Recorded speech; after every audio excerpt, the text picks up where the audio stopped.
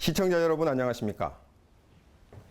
5.18 광주 민주화운동 40주년을 맞아 광주 MBC는 문재인 대통령의 5.18이라는 특별 프로그램을 마련했습니다.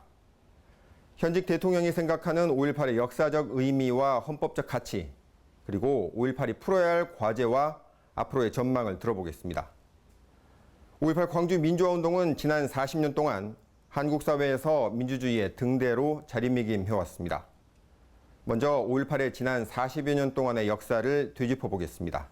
준비된 영상을 함께 보시죠.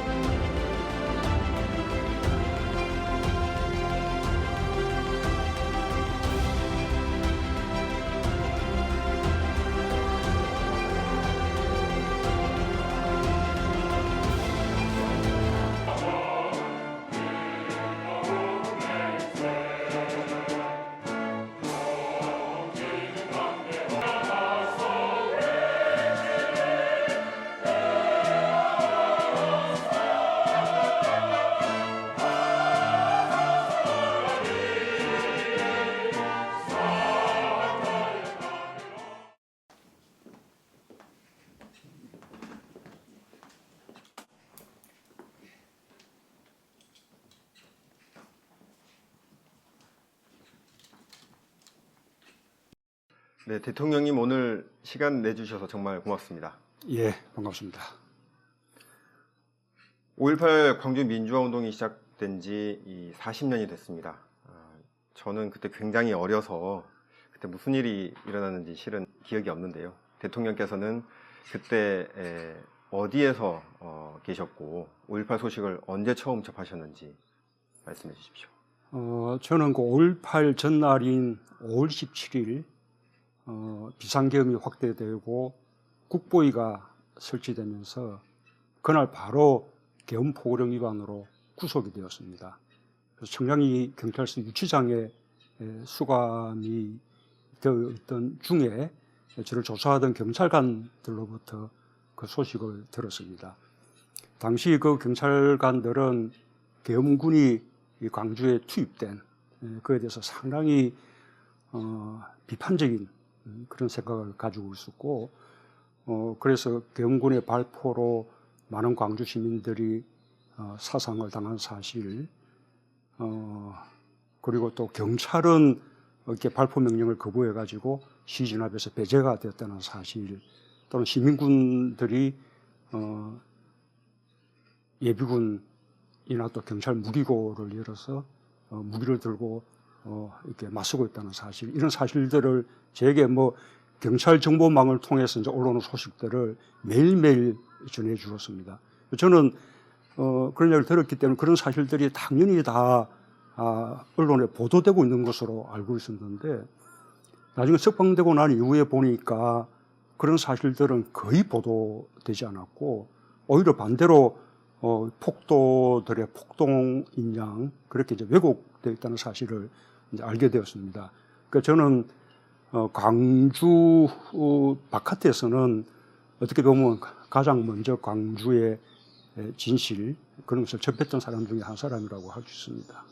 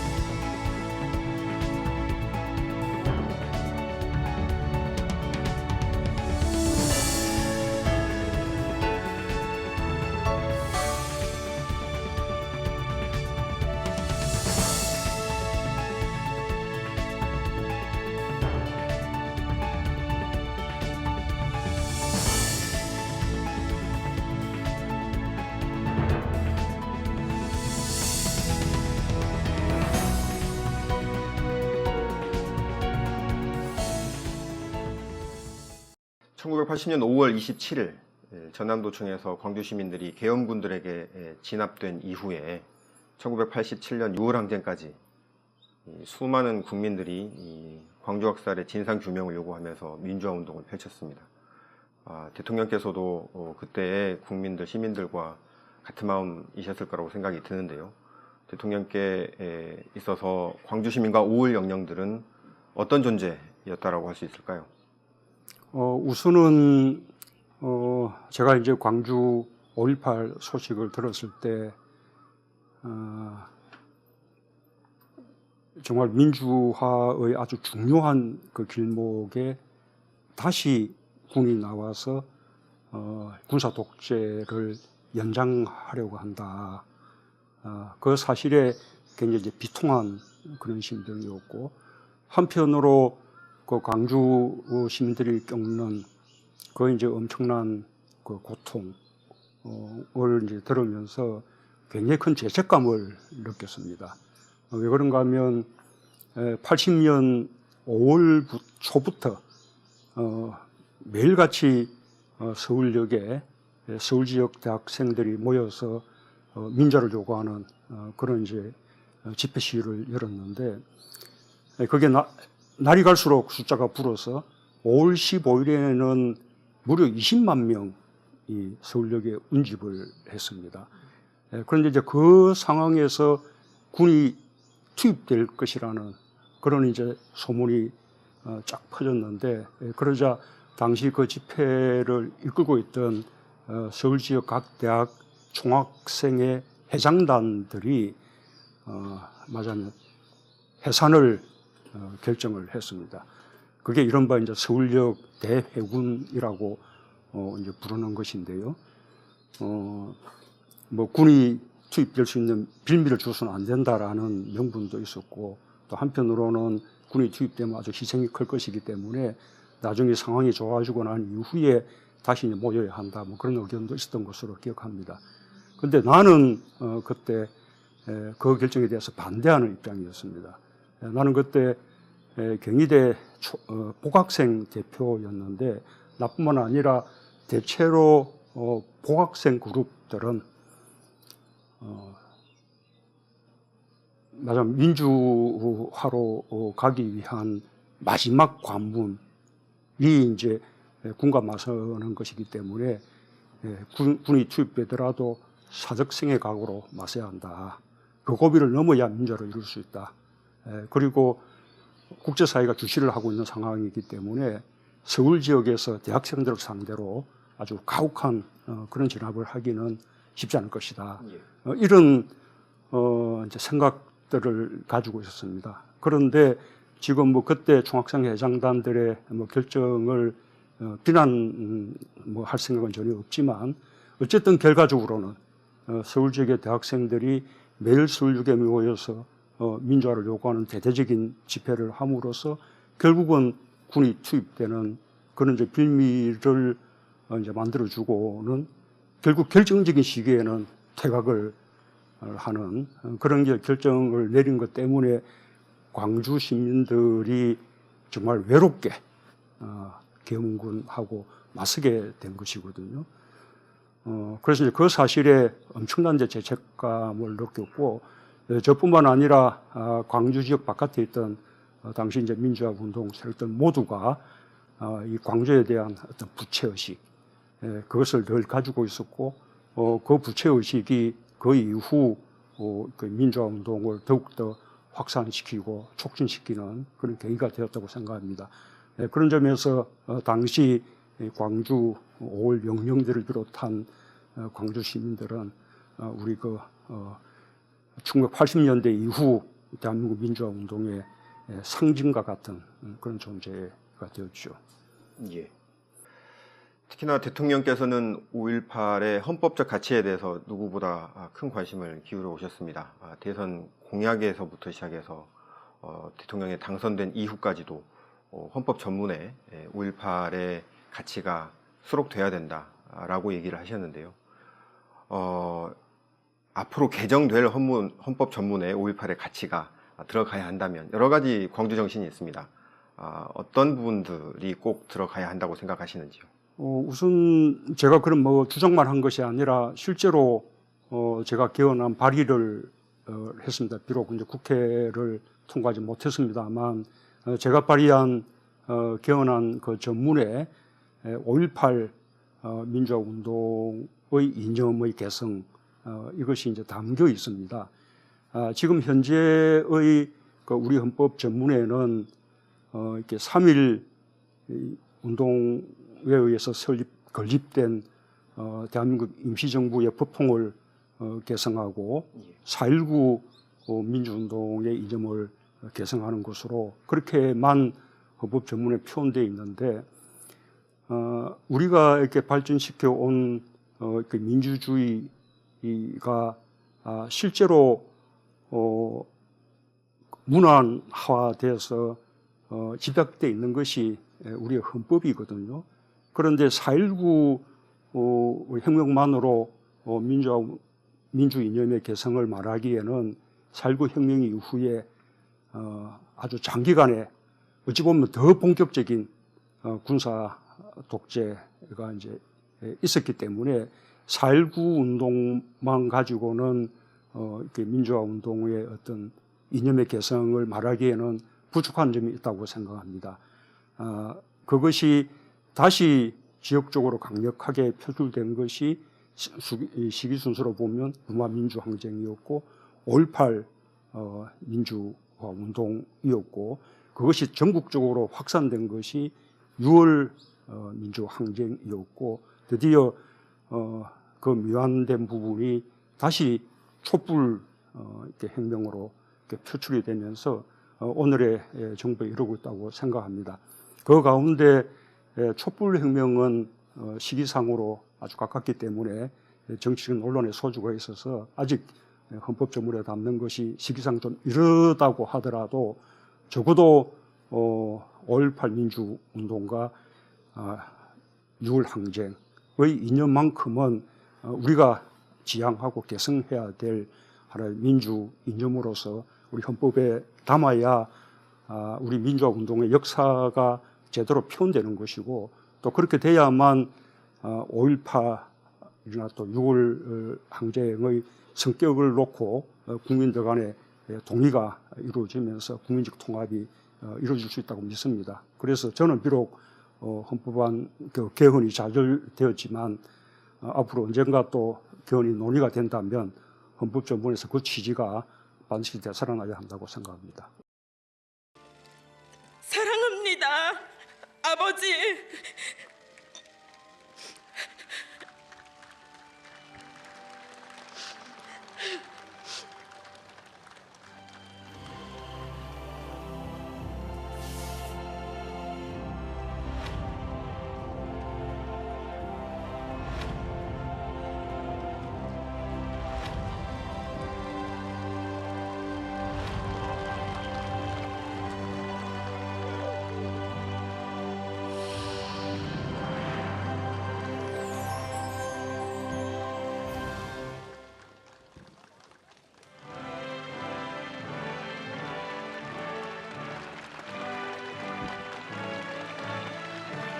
(1982년) 광주 교도소에서 광주 진상 규명을 위해 40일간의 단식으로 옥사한 29살 전남대생 박관현, 1987년 광주 사태 책임자 처벌을 외치며 분신 사망한 25살 노동자 표정두, 1988년 광주 학살 진상 규명을 외치며 명동성단 교육관 4층에서 투신 사망한 24살 서울대생 조승만, 1988년 광주는 살아있다 외치며 숭실대 학생회관 옥상에서 분신 사망한 25살 숭실대생 박래전.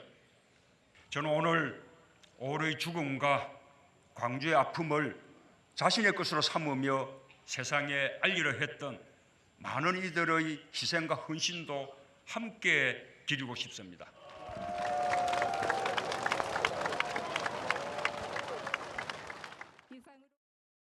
시계를 3년 전으로 좀 돌려보겠습니다. 5.18 37주년 기념식인데요. 그때 대통령이 당선되신 지 채 열흘도 안 돼서 직접 기념식에 참석을 하셨었죠.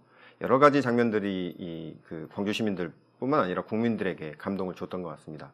특히 그 5.18 유족인 김소영 씨를 직접 안아주시는 장면은 제가 듣기로 예정이 없던 그런 장면으로 알고 있는데 그때 기억을 한번 좀 되살려 보신다면 어떻습니까? 우선은 그 5.18 기념식이 제가 대통령 취임하고 난 이후에 처음으로 치른 국가 기념식이었습니다. 그 점에서 좀 뜻깊게 생각을 하고요. 우선 이 5.18 민주화 운동이 우리나라 그 민주화의 역사에서 아주 결정적인 역할을 했고 오늘의 대한민국을 만들었다고 해도 과언이 아닌데 이명박 정부와 박근혜 그 정부 때 그 기념식에 대통령들이 참석하지도 않고 그리고 또 임을 위한 행진곡 재창도 못하게 해서 유족들이 따로 기념 행사를 가지는 그런 식으로 이 5.18 그 기념식이 조금 이제 폄하된다 할까 하는 것이 참으로 이제 분노스러웠습니다. 실제로 제가 야당 대표를 할 때 그 공식 기념식에 정식으로 초청받아서 참석한 적도 있었는데 그때 이 광주지방 본청장의 경과 보고 그리고 또 국무총리의 기념사 그것을 들으면서 그 속에 정말 그 5.18 그 민주화운동 정신에 대한 존중, 진심 이런 부분이 거의 뭐 담겨져 있지 않은 그런 사실들 또 유족들이 따로 기념식을 치르고 있는 그런 모습들을 보면서 굉장히 좀 민망하고 부끄러운 심정이었습니다. 그래서 그 기념식을 마치고 저와 이제 우리 일행들은 따로 묘역을 방문해서 거기서 임을 위한 행진곡을 제창을 하기도 했었는데 어쨌든 이제 그때 제가 이제 대통령이 된다면 5.18 그 민주화운동을 광주 지역의 하나의 뭐 기념의 차원에 국한하지 않고 말하자면 대한민국 전체의 어떤 민주화운동을 기념하는 행사로 그렇게 이렇게 성화시키고 또 대통령으로서도 해마다 참석하지는 못하더라도 적어도 2회에 한 번 정도씩은 참석하고 임을 위한 행진곡의 제창도 허용하고 그래서 좀 제대로 기념식을 치러야겠다는 그런 식의 각오를 갖고 있었는데 그런 제 각오와 이제 약속을 실천할 수 있게 되어서 아주 좀 뿌듯하게 생각을 했고요. 그때 이제 김소형, 예, 김소형 그분은 저는 뭐 그때 처음 보는 분이고 사연도 이제 처음 들었는데 그분이 5.18 당일날 태어났다는 겁니다. 그러니까 5.18을 생일로 가지고 있는 그런 분이었어요. 그 아버지가 전남 완도에서 일하시던 분인데 딸이 태어났다는 소식을 듣고 광주로 왔다가 계엄군의 총탄에 맞아서 사망하게 된 거였거든요. 그래서 김소영 씨가 주도사를 하면서 자신이 태어나지 않았었다면 엄마 아빠가 지금도 행복하게 잘 살고 있지 않을까 이런 이제 사연을 추도서에 담았는데 그 추도서를 들으면서 누구나 뭐 눈물을 흘리지 않는 사람이 없었죠. 저도 눈물이 나는 것을 이렇게 막을 수가 없었고요. 그래서 그분 추도서 마치고 난 이후에 그냥 위로하는 말이라도 조금 건네겠다 생각하고 이제 무대로 나섰는데 그게 이제 전혀 이제 예정된 일이 아니었기 때문에 아마 이제 처음 그 열린 공간에서 그 많은 분들이 참석한 그 행사에서 대통령이 갑자기 예정이 없이 무대로 쪽으로 나가니까 우리 경호하는 사람들도 아주 당황했다고 하고 김소영 씨도 그 사실을 알지 못한 채 무대를 이제 벗어나고 있었기 때문에 제가 한참을 뒤에서 부르면서 주소서 가서 이제 가서 안아드렸는데 이분이 어깨에 얼굴을 묻고 그냥 막 펑펑 흐느끼는 겁니다. 그래서 이제 좀 진정하기를 좀 이제 기다렸었는데 아마 이제 그런 모습들을 보면서 어떤 유족들의 슬픔 또 광주 시민들의 아픔 이런 부분에 대해서 광주 시민들이나 또 전 국민들이 함께 이제 좀 공감한 것이 아닐까 그렇게 생각합니다. 네.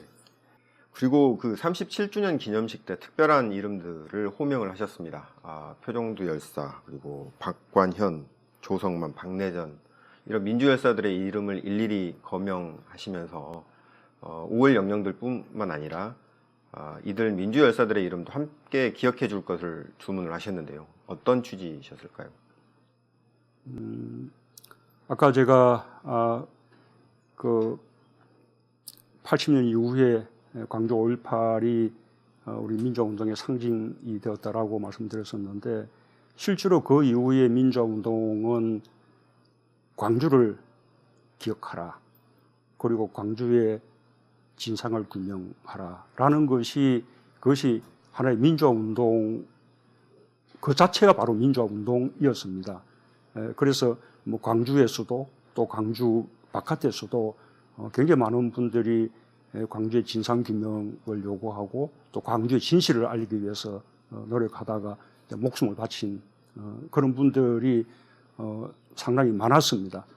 그 많은 분들을 다 이제 일일이 호명하지는 못하고 제가 이제 대표적으로 그 네 분의 이제 이름을 호명을 했는데 제가 이제 말씀드리고자 했던 것은 5.18이 광주라는 특정한 지역으로 국한되는 운동이 아니다. 광주 밖에도 많은 5.18들이 있고 그래서 광주의 정신이 우리 대한민국 전체의 민주화 운동의 정신과 이념으로 확장되어야 한다. 그 사실을 우리 국민들도 기억하게 되고 광주 시민들도 그 사실을 기억하셔야 된다. 그런 말씀을 드리고 싶었던 것입니다. 네. 대통령께서 취임하신 이후 수많은 5.18의 과제들이 진행되고 있습니다. 전남도청의 원형 복원이라든가 5.18 헬기 사격과 관련한 국방부 조사위원회 가동, 그리고 며칠 전에 조사를 개시한 5.18 진상조사위원회 출범, 수많은 일들을 지시하고 또 그런 것들이 진행되고 있는데요. 그만큼 이 5.18에서 풀어야 할 과제들이 많다는 뜻이기도 할 것 같습니다. 대통령께서 생각하시기에 5.18의 여러 과제들 중에 가장 최우선적으로 핵심적으로 해결해야 될 과제가 있다면 뭐라고 생각하십니까? 결국 이제 과거의 그 아픔 또 과거의 상처는 이제 치유되어야 되는 것이거든요. 치유되어야 화해가 있고 또 이렇게 국민 통합이 이루어지는 것이죠. 그 출발은 진실을 제대로 규명하는 것, 그 진실의 토대 위에서만 화해가 있고 통합이 있을 수 있다고 생각합니다. 용서도 진실 위에서만 가능한 것이죠. 아직도 우리 광주 5.18에 대해서는 밝혀야 될 진실들이 많이 있습니다. 마침 오늘부터 그 5.18 진상조사위원회가 본격적인 조사 활동이 시작됐는데 이번에야말로 아직 남은 진실들이 전부 다 밝혀지기를 기대합니다. 원래 이런 과거사에 대한 진상조사는 국회가 특별법에 의해서 진상조사위원회를 구성하고 그에 따라 조사되는 것이 이제 관례인데 저는 이제 국회의 입법을 기다리는 그것이 너무 이제 시간이 많이 걸렸기 때문에 그렇게만 기다릴 수는 없다고 생각하고 국회의 진상조사위원회가 출범하기 이전에 국방부 자체 내에 5.18 특조위를 구성해서 스스로 진상조사를 하도록 하고 거기서 수집한 자료들을 국회의 진상조사위원회로 이렇게 이관해 주기로 그렇게 이제 결정을 했습니다. 그래서 국방부 자체적인 5.18 특조위에서 그동안 밝혀지지 않았던 헬기 사격 사실이라든지 또 여성들에 대한 성추행, 성폭행, 심지어는 성고문 이런 사실들이 추가로 확인된 것은 나름대로 이제 성과였다고 생각합니다. 그러나 여전히 발포의 말하자면 명령자가 누구였는지, 발포에 대한 법적인 최종 책임이 어디에 있는지 이런 부분들은 밝혀지지 않았습니다. 또한 아직도 행방을 찾지 못하고 또 시신도 찾지 못해서 어딘가에는 아마 안매장되어 있을 것으로 추정이 되는 그런 이제 집단 학살자들 그분들을 찾아내는 일들 또 헬기 사격까지 하게 된 그 어떤 경위 뿐만 아니라 그 이후에 대대적으로 이루어진 그 진실을 은폐하는 하고 왜곡한 그런 어떤 이제 그 공작의 실상들까지 다 이제 규명돼야 한다고 생각합니다. 그 규명의 목적은 아까 말씀드린 대로 그 책임자를 가려내서 꼭 법적인 처벌을 하자라는 차원이 아니라 그것이 그 진실의 토대 위에서 진정으로 화해하고 통합의 길로 나아가기 위한 그래서 꼭 필요한 그런 일이라고 믿습니다. 이번 국회의 그 진상조사위원회 활동에 많은 기대를 걸고 있고 정부도 적극적으로 뒷받침할 작정입니다. 예.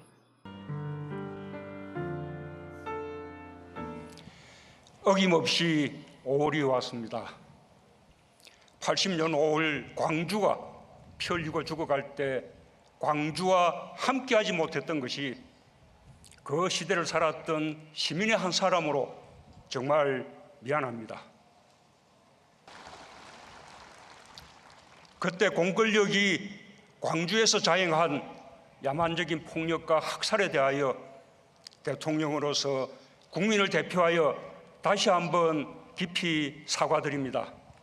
아직도 5.18을 부정하고 모욕하는 망언들이 꺼리낌 없이 큰 목소리로 외쳐지고 있는 현실이 국민의 한 사람으로서 너무나 부끄럽습니다.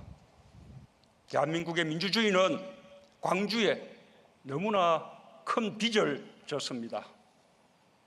5.18의 진실은 보수, 진보로 나뉠 수가 없습니다. 광주가 지키고자 했던 가치가 바로 자유이고 민주주의였기 때문입니다.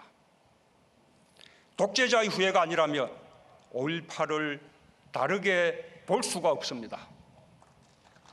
대통령께서 5.18에 이렇게 많은 관심을 보이고 또 실제 많은 과제들이나 이런 것들을 해결해 나갈 의지를 보이고 계십니다만 아직도 5.18을 왜곡하거나 5.18을 부정하는 사람들은 상당히 많습니다. 그렇기 때문에 5.18을 전 국민이 기념하는 민주항쟁 혹은 민주기념일로 볼 수 없지 않느냐 이런 의견도 일부 있는데요. 5.18 왜곡과 폄훼는 아직도 현재 진행형인데 이와 관련해서는 어떤 생각을 갖고 계신지 궁금합니다.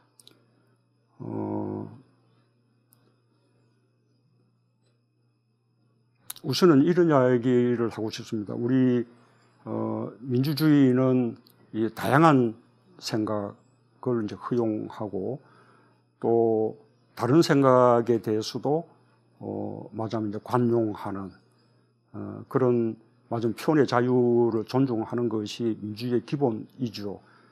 그러나 그 민주주의의 그 관용이 민주주의를 파괴하는 그런 여러 가지 표현 행위에 대해서까지 인정될 수 있는 것은 아니라고 생각합니다.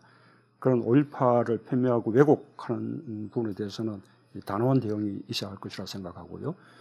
어쨌든 아까 말씀드린 이 진상을 제대로 규명해내는 것도 그런 폄훼나 왜곡을 더 이상 없게 만드는 하나의 방법이라고 생각합니다.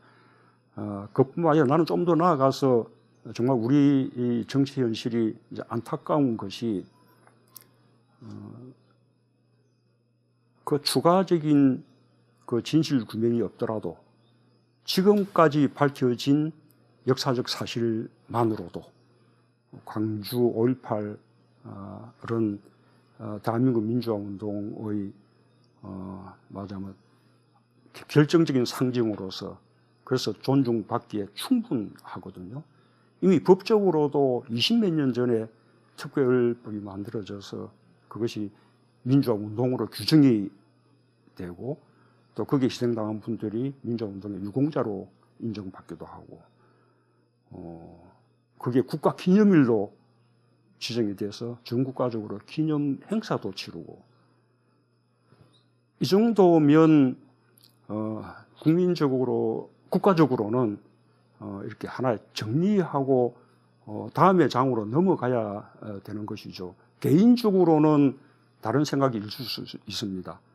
뭐 일제 식민 지배에 대해서도 다른 주장을 하는 사람들이 있듯이 그러나 국가적으로는 일제 식민 지배는 불의한 것이었고 그다음에 거기에 저항한 독립운동의 정통성이 있는 것이고 친일은 심판받아야 되는 것이고 또 해방 이후에 우리 현대사에 있어서도 국가 발전의 과정에서 독재가 있었고 그 독재에 맞서서 치열하게 항쟁하고 희생당한 그런 순간 민주화 운동들이 있었고 그런 운동들이 오늘날의 대한민국의 민주주의를 이만큼 발전시켰고 또 그와 함께 우리 경제 발전도 이만큼 이루었고 하는 이런 점에 대해서는 이제는 역사적 평가가 사실은 끝난 것입니다. 이 평가를 넘기고 이제 앞으로 이제 우리 민주주의를 얼마나 더 이제 풍부하게 더 크게 넓게 발전시켜 나가느냐 또 우리 경제를 얼마나 더 세계에서 선도적인 경제로 이렇게 발전시켜 나가느냐 이렇게 우리의 논의가 발전되어 나가야 하는데 법적으로 다 정리된 사안을 지금까지도 왜곡하고 폄훼하는 발언들이 있고 그것을 일부 정치권에서조차도 그런 주장들을 받아들여서 이렇게 막 확대 재생산시켜주는 일들이 지금도 진행되고 있다는 것이 참으로 이렇게 안타깝습니다. 이런 식의 고리를 끊어야 우리 그 사회가 좀 보다 통합적인 사회로 나갈 수 있고 우리 정치도 보다 통합적인 정치로 발전해 나갈 수 있다고 믿습니다. 마지막으로 한 가지만 더 여쭙겠습니다. 5.18에 여러 인물들이 있습니다. 그 5.18을 상징하는 여러 인물들이 있는데 대통령께서 생각하시기에 5.18하면 생각나는 인물 혹시 있으시면 왜 그런지도 한번 말씀해 주실 수 있겠습니까? 저는 뭐 5.18 하면 뭐 조금 이야기가 약간 멀어질지 모르겠습니다만 노무현 전 대통령, 그러니까 그 당시에 노무현 변호사가 제일 먼저 생각이 납니다. 이 80년대 이후에 부산 지역의 이 민주화운동은 이렇게 광주를 알리는 것이었습니다. 이 광주를 알게 될수록 시민들은 그 당시 광주가 외롭게 고립되어서 희생당했는데 거기에 동참하지 못하고 그냥 그 내버려 두었던 그 사실에 대해서 큰 부처의식을 가지게 되었고 그것이 이제 민주화운동의 하나의 또 원동력이 되기도 했습니다. 처음에는 유물들을 통해서 광주의 진술을 알리기도 하고 또 해마다 5.18일이 되면 뭐 버스를 2대, 3대 전선해서 이 민주화 운동하는 분들이 함께 합동으로 5.18 묘역을 참배하기도 하고 그러다가 조금 시간이 지나고 난 이후에는 그 당시에 광주의 상황을 촬영한 동영상들, 이른바 광주 비디오라고 부르던 거의 1시간 정도 되는 분량이었는데 그 내용이 너무나 생생하고 정말로 참혹한 것이었습니다. 누구나 그에 대해서는 다른 해석을 할 수가 없는 그런 말하자면 확실한 증거가 되는 그런 비디오인데 그 비디오들을 처음에는 성당이나 교회에서 몇 사람들이 이렇게 돌려보다가 나중에는 대학의 동아리들, 학생회 인원촌에서 돌려보고 6월 항쟁이 일어났던 87년 5월에는 당시 노무현 변호사와 제가 주동이 돼서 부산 가톨릭 센터에서 5.18 광주 비디오 마지막 관람회를 가졌습니다. 영화 상영하듯이 하루 종일 그 모니터로 광주 비디오를 이제 보여주는 겁니다. 부산 시민들이 줄을 서서 기다려서 광주 비디오를 보고 그때 비로소 광주의 진실을 알게 된 그런 분들도 많았습니다. 정확한 날짜는 기억나지 않지만 한 3, 4일 정도는 한 것 같습니다. 그런 것이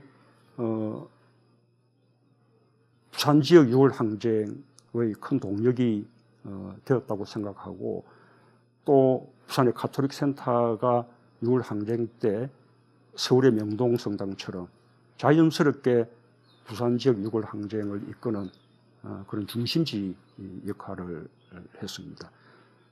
그런 일들을 이제 함께 했던 그 노무현 변호사, 광주 항쟁의 주역은 아니지만 그러나 광주를 확장한 그런 이제 분으로서 기억을 하고 싶습니다.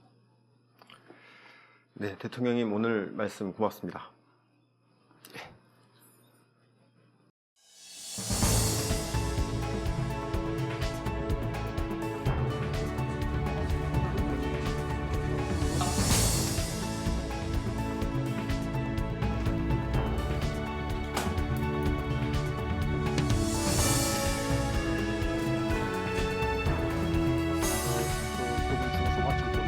고생하셨습니다.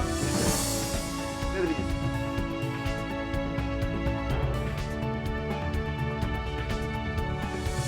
나는 그때 당시에 그 모습을 그대로 말하고 있습니다. 커지면